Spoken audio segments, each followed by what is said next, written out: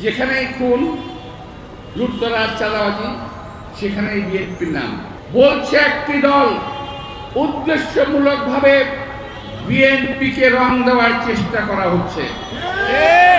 উদ্দেশ্যমূলকভাবে বিএনপিকে আজকে জনগণের সামনে আসামির কাঠগড়ায় দাঁড় করানোর চেষ্টা করা হচ্ছে।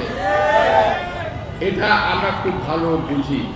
কয়েকদিন আগে সাংবাদিক তুহিন কে হত্যা করা হলো গাজীপুরে, বলা হলো বিএনপির লোক। আসলে তো না।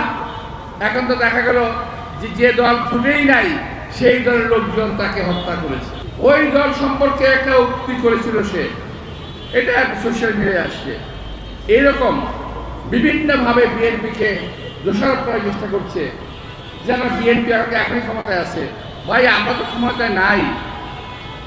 আপনাদের যেমন খায়েশ আছে ক্ষমতায় যাওয়ার, আমাদেরও ইচ্ছা আছে যদি জনগণ ভোট দেয় আমরা ক্ষমতায় যাব।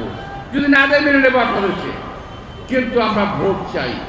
এই ভোটের জন্য, এই গণতন্ত্রের জন্য গত 17 বছর বিএনপি আন্দোলন করেছে। অনেকে বলে 36 দিনের আন্দোলনে দ্বিতীয়বার স্বাধীন হয়েছে। বাংলাদেশ স্বাধীন হয়েছে একবার 1971 সালে।